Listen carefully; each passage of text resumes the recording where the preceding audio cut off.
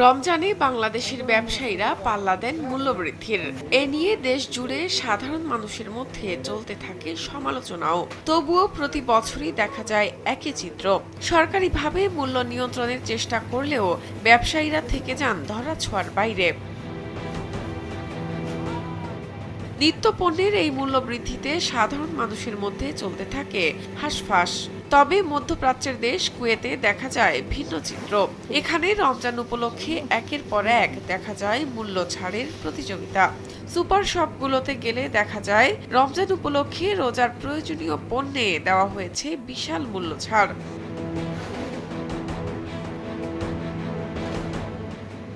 এখন যে কোনো ব্র্যান্ডের পুরাতন এসি বদলে নতুন ওয়ালটন এসিতে উপভোগ করুন 25% ছাড়।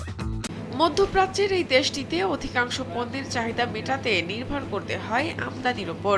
তবুও ব্যবসায়ীদের মধ্যে দেখা যায় মূল্য ছাড় দিতে।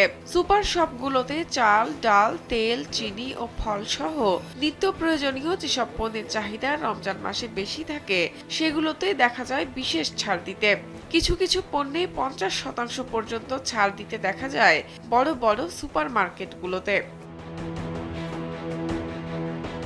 সুপার মার্কেটগুলোর এই উদারতায় স্বস্তিতে থাকেন কুয়েতের বাসিন্দা সহ সেখানে বসবাসরত বাংলাদেশিরাও। আমাদের দেশের ব্যবসায়ীরা সারা বছর চুরি করে, উৎসব আসলে, ঈদ আসলে, রমজান আসলে ওরা ডাকাতি করে। কিন্তু মধ্যপ্রাচ্যে যারা, কুয়েত সহ মধ্যপ্রাচ্যে যারা আছেন ব্যবসায়ীরা সারা বছর তারা ব্যবসা করেন।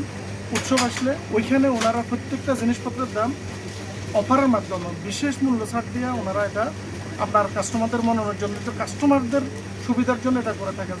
ব্যবসায়ীরা জানান সারা বছর ব্যবসা করলেও রমজান মাসে তারা সাধারণ মানুষের জন্য ছাড়ের ব্যবস্থা করেন। আমরা এই জায়গায় সবসময় রমজান মাস আসলে আমরা স্পেশাল ডিসকাউন্ট দিয়ে থাকি। সবাই যেন সস্তা দামে যেন বাজার সাথে করতে পারে এবং রোজা যেন রাখতে পারে, রমজান মাসটা যেন ঠিক মতো যেন উপলব্ধি করতে পারে। শুধু কুয়েতেই না, মধ্যপ্রাচ্যের সব দেশেই রমজানে দেখা যায় একই চিত্র। কুয়েত প্রবাসীরা আশা প্রকাশ করেন বাংলাদেশের ব্যবসায়ীরা রমজানে মূল্য ছাড় না দিলেও যেন মূল্য বৃদ্ধি না করেন।